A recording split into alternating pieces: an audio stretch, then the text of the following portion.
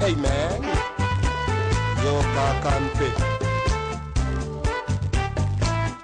Africano, Africano. Il est temps que tu te réveilles, il faut que tu travailles.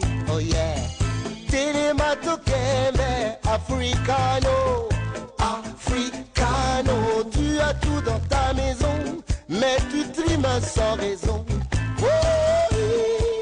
Oh yeah. Mesdames et messieurs, bonsoir. C'est parmi les matières phares de la récente session extraordinaire de l'Assemblée nationale et donc du Parlement qui vient de se clôturer il y a quelques jours. La loi sur l'amnistie a été finalement votée après de multiples tumultes entre d'un côté la majorité présidentielle et de l'autre l'opposition politique. Avec nous sur ce plateau, l'honorable Charlie Wenga qui est un élu de la majorité présidentielle, membre du groupe parlementaire Terre d'Avenir et président national de PANU, Parti national de l'unité, le parti cher au feu André Philippe Fouta. Et avec lui, nous allons revisiter quelques lignes de cette loi sur l'amnistie, une loi très importante, dit-on, pour la cohésion nationale. Honorable Charlie Wenga, merci d'avoir accepté l'invitation de la RTGA et des autres chaînes partenaires qui vont relayer cet entretien.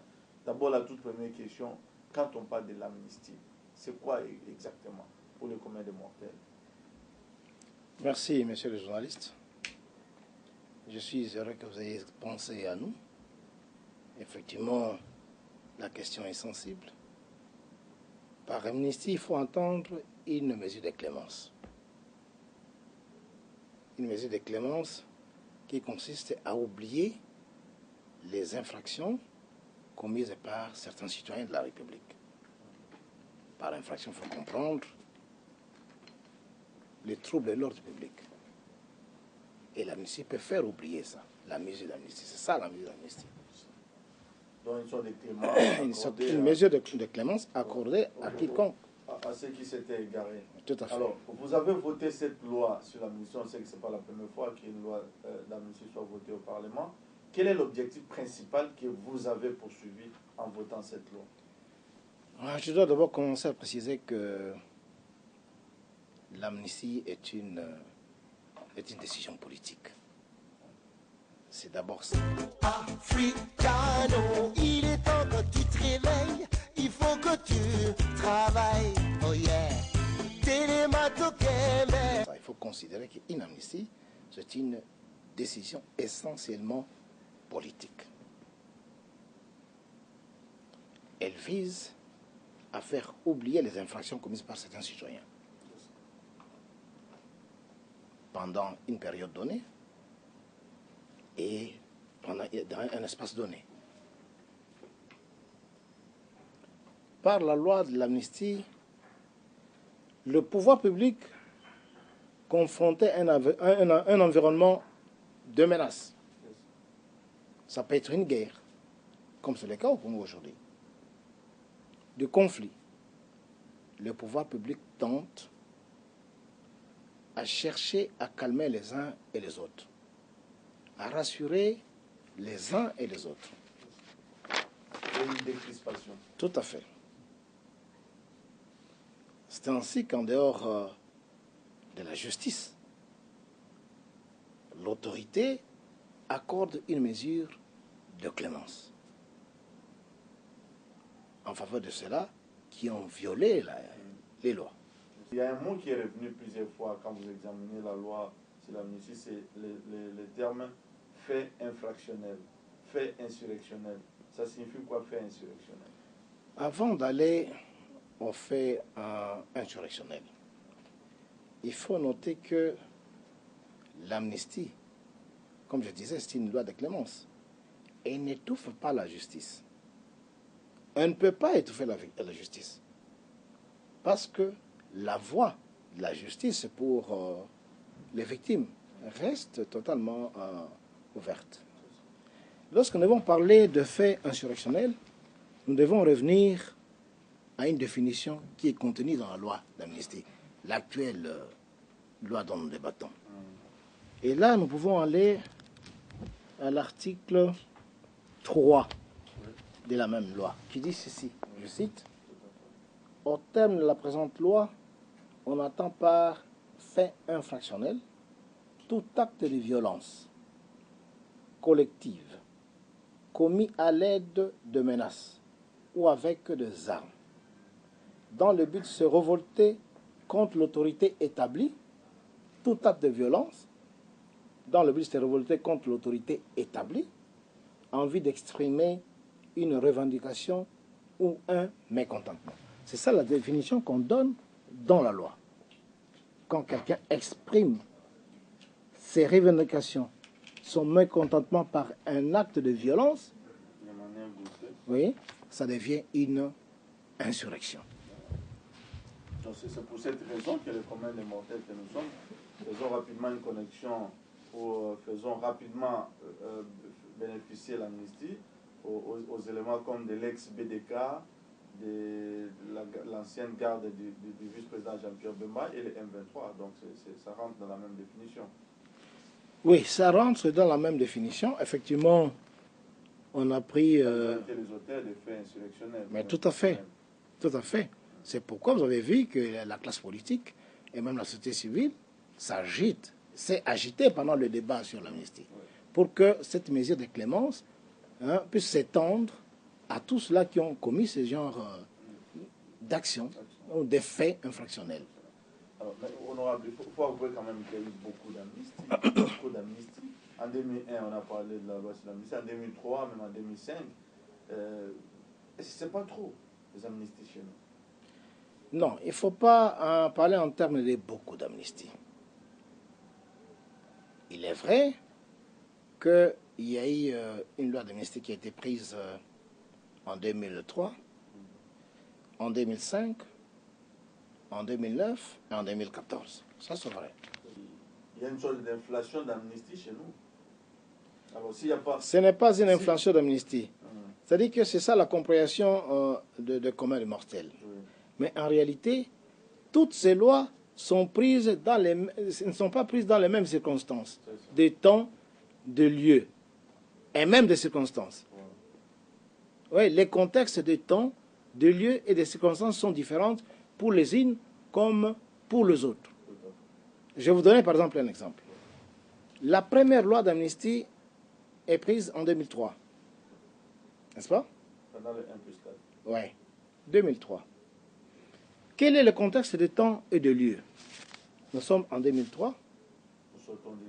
Nous sortons d'une guerre de 1998, le 2 août. Nous sommes devant un pays qui est totalement déchiré, disloqué. Il y a le RCD qui a pris une grande partie de la République. Il y a le MLC qui contrôle aussi une grande partie de la République. Il y a le MLC KML, le RCD national de Roger Lumbala. Et chaque chef de guerre a sa petite républiquette.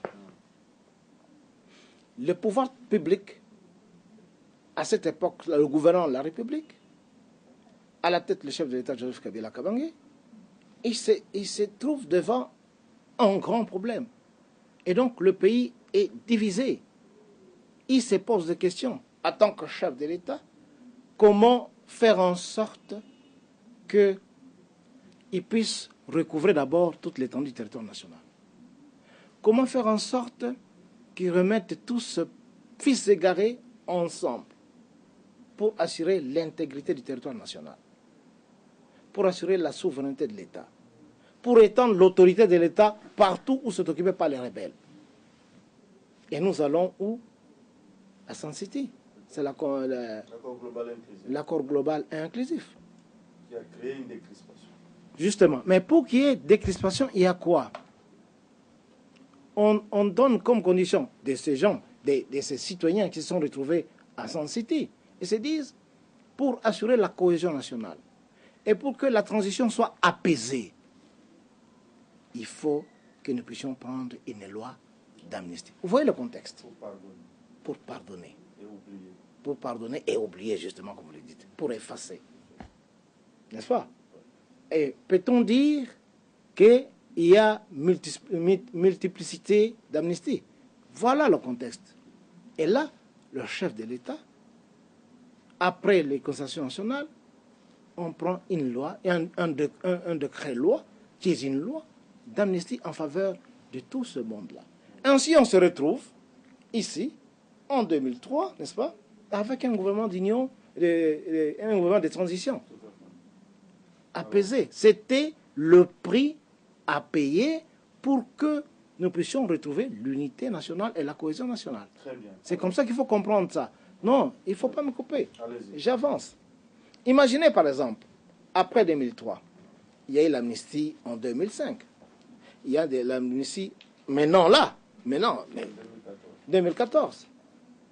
Quel est le contexte d'aujourd'hui? À l'Est, une partie de l'Est de la République est occupée par les forces négatives. N'est-ce pas? Donc, il y a menace. Le pouvoir public, le chef de l'État et le gouvernement de la République se disent, c'est un problème sérieux. Le pays est occupé, une grande partie du pays est occupée par les forces négatives. Que faut-il faire? Le président de la République, lors d'un discours au Congrès, dans les deux chambres réunies en Congrès, le 15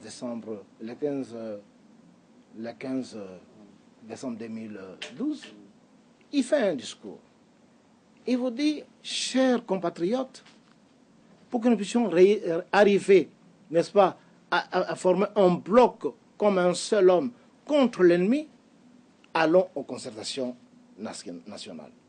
Discutons de l'avenir de notre pays, ayons une même vision face à l'ennemi. Trouvons une cohésion nationale. Les concertations sont convoquées. Et à l'issue de ces concertations, une des résolutions phares, c'est l'amnistie. Vous voyez dans quel contexte cette amnistie également est signée. Vous allez dire que c'est une amnistie de trop. Et voilà, l'amnistie ici s'inscrit dans ce cadre-là. Parce qu'il faut la cohésion nationale. Il faut la réconciliation nationale. Est-ce que cette amnistie est totale, elle est globale ou elle est partielle, cette amnistie? La loi sur l'amnistie est très claire. Qui sont éligibles? Vous allez voir à l'article 2 de la loi. On dit, est bénéficiaire de l'amnistie tout Congolais auteur, co-auteur ou complice des faits infractionnels visés à l'article 1. Quels sont ces faits infractionnels visés à l'article 1? Il s'agit des faits insurrectionnels, les faits de guerre, les infractions politiques commises sur le territoire de la République démocratique du Congo. Commis sur le territoire de la République. Donc, c'est limité dans le temps et dans l'espace. Qui sont bénéficiaires? Les Congolais. Qui ont commis des infractions que nous avons citées ici sur le territoire congolais. Je pense que la réponse est vraiment très claire. Donc, un violeur en série, récidiviste, ne peut pas se prévaloir de l'amnistie. Il ne faut pas chercher à réclamer l'amnistie parce que ça ne rentre pas dans cette catégorie-là. Non, effectivement, vous allez voir aussi que la même loi exclut d'autres infractions. Nous sommes à l'article 3. Non, à l'article 4. Je vous lis l'article 4 pour que je bien comprendre les choses. Sont exclus. Donc, les infractions qui sont exclues. L'amnistie ne peut pas, ne s'occupe pas de ça. Sont exclus du champ d'application de la présente loi, donc de cette amnistie. Les crimes de génocide, les crimes contre l'humanité, les crimes de guerre, les infractions de torture, des traitements cruels, inhumains ou dégradants, les infractions de viol, j'en arrive là, les infractions de viol. Quand vous avez violé, effectivement, on ne pouvait pas être éligible, impossible. Et autres violences sexuelles. Voilà, ta réponse est là. l'utilisation ou l'enrôlement des enfants, toute autre violence grave, massive, caractérisée des droits humains.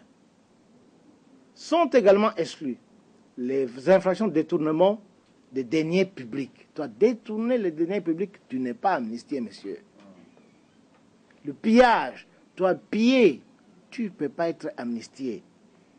Les infractions à la réglementation de change, les trafics de stupéfiants, ceux qui ont commis ces infractions qui sont décrites ici, ne peuvent pas être amnistiés. Donc, contrairement à ce qu'on pouvait craindre, l'amnistie n'est pas une blanchisserie générale. Non, pas du tout. Pas du tout. Pas du tout.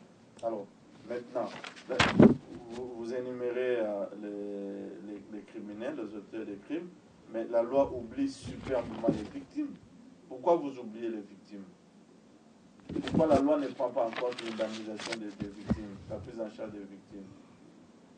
Africano, il est temps que tu te réveilles, il faut que tu travailles, oh yeah. La loi n'a pas oublié les victimes. C'est comme un bonus au criminel. Non, non, c'est-à-dire que, vous voyez, je pense qu'il y a des amis qui veulent véhiculer des contre-vérités. La loi n'a pas omis, n'a pas oublié les victimes. Vous n'avez qu'à vous rendre à l'article 6 de la même loi. Cet article 6 dit ceci.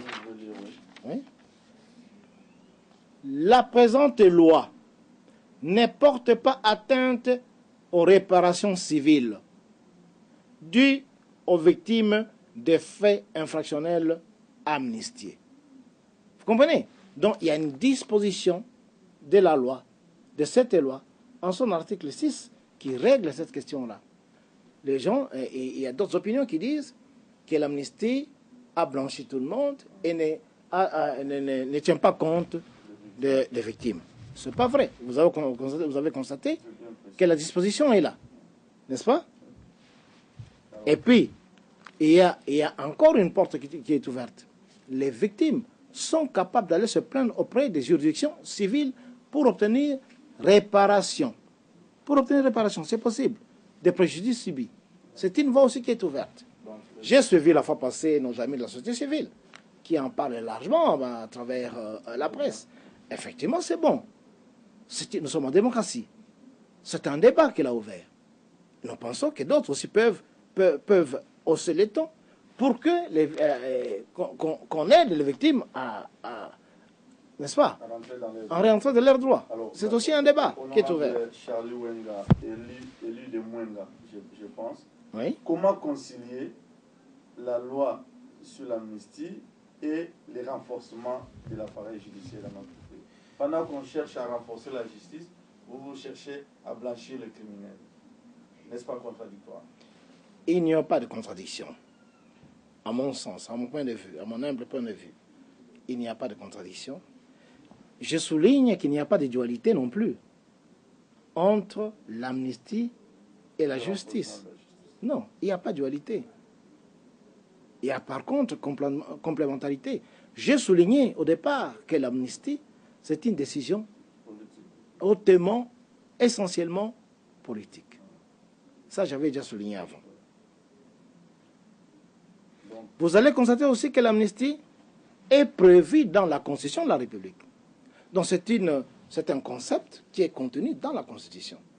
Donc, ça veut dire qu'elle ne peut pas heurter la justice. Alors maintenant, quelles sont les dispositions de la loi qui nous garantissent que ceux qui sont pardonnés aujourd'hui, ceux qui sont amnistiés aujourd'hui, ne vont pas demain rebondir pour commettre les mêmes crimes et se comporter en professionnels de chaos, comme ils en ont l'habitude? Vous avez constaté que lorsqu'il y a eu des cas similaires à travers le monde, il y a beaucoup de pays qui ont souffert de guerres récurrentes à travers le monde, notamment l'Allemagne, notamment le Rwanda. Mais vous avez vu comment la justice a pu rétablir les hommes, la paix, les hommes de leurs droits et la paix dans ce pays-là. Même la stabilité. Ils ont recouru au tribunal de Nuremberg. ils ont recouru au tribunal d'Arusha. Comment on appelle ça? Au TPR d'Arusha. Aujourd'hui, vous avez suivi hier, il y a un capitaine rwandais qui est présumé génocidaire qui a été arrêté en France. Il n'y a pas peu de nazis sont arrêtés à travers le monde. Comment pensez-vous aujourd'hui que des personnes qui se sont distinguées dans des actes criminels, comme nous venons de le dire ici, et s'ils sont poursuivis par la justice nationale et internationale, pensez-vous qu'ils peuvent continuer à faire la guerre? Je ne crois pas que lorsqu'ils sont traqués par la justice internationale et la justice nationale, ils peuvent continuer à faire la guerre. C'est impossible. Parce qu'ils sont sommés. Non, justement, parce qu'ils sont traqués. Pas sommés, mais traqués. J'ai suivi ce matin, à la radio RTVS 1, je crois, le chef des opérations de la MONUSCO. Il a parlé aujourd'hui que la MONUSCO, donc les Nations Unies, ont pris la résolution de traquer ces criminels qui ont été défaits par l'armée congolaise. J'en profite d'ailleurs pour présenter nos très sincères félicitations, encouragements aux forces armées de la République et au commandant suprême des forces armées, le président de la République.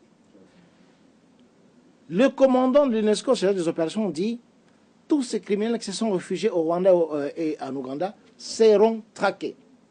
Il ajoute, il n'y a personne qui a cru que Tanganda serait à la TPI aujourd'hui. Personne ne croyait. Et il ajoute pour dire, demain, tous ces mondes qui sont réfugiés au Rwanda et en Ouganda subiront le même sort que Bosso Tanganda. Vous comprenez? Le message est clair. Le message est clair. Et c'est pour dire quoi? La justice internationale va s'occuper d'eux. Et chez nous également, la justice nationale va faire son travail.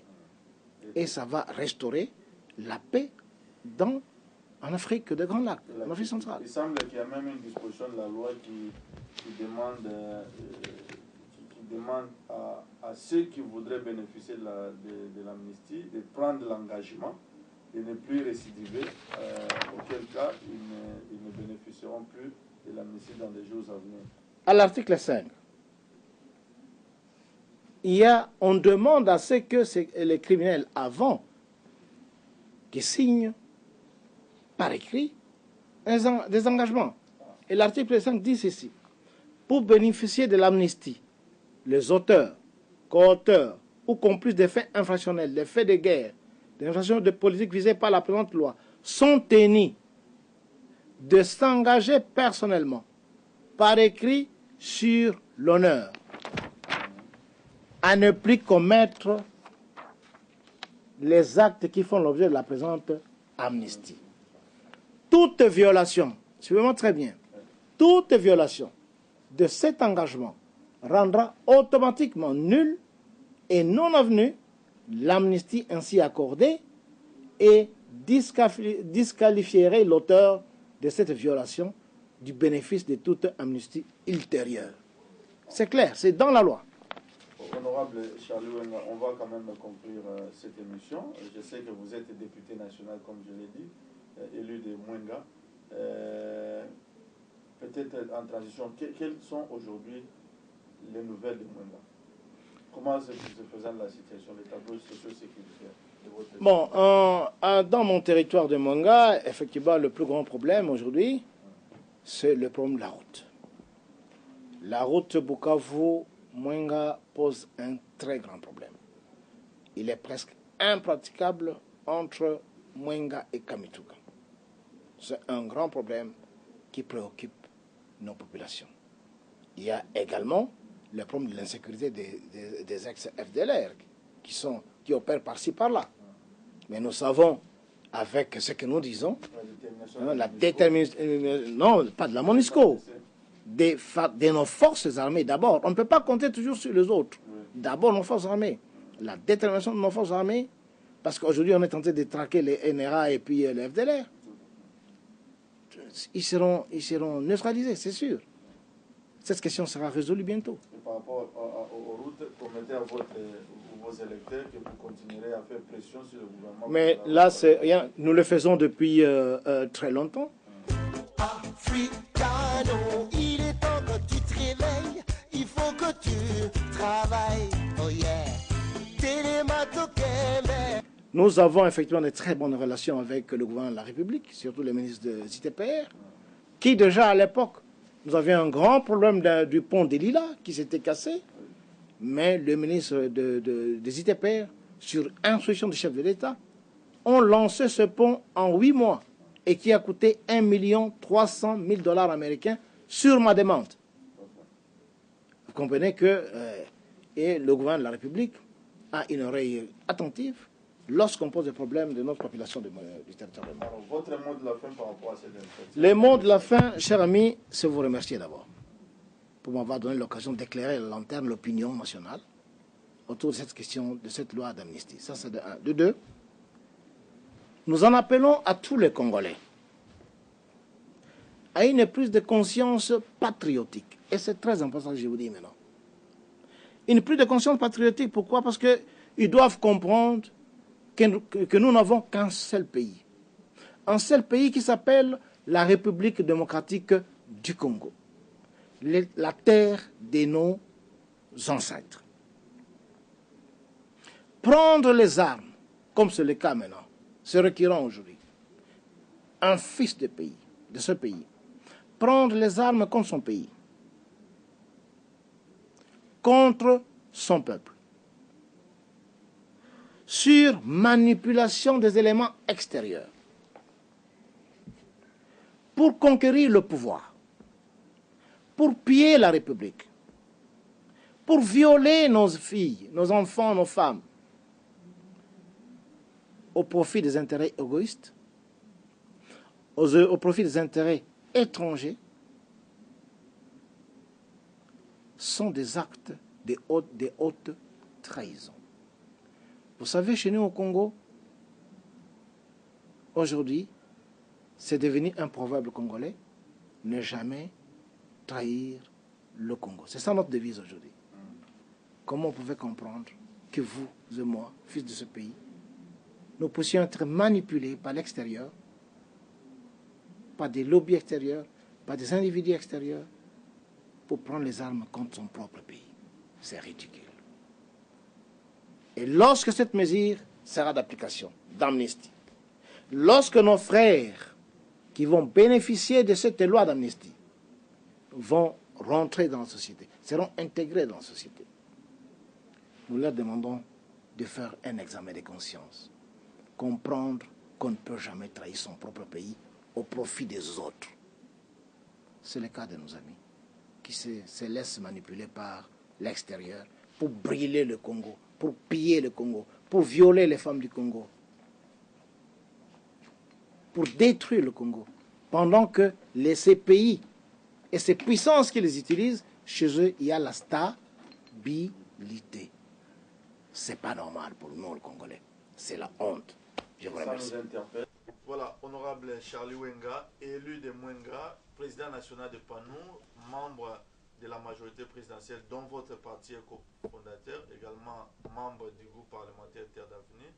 Nous vous disons merci pour l'éclairage, l'intelligence et l'énergie accordées pour éclairer nos téléspectateurs par rapport à cette question qui a suscité beaucoup d'encre et fait couler beaucoup de salive, la loi sur l'amnistie. Je pense que nous sommes un peu plus éclairés qu'avant.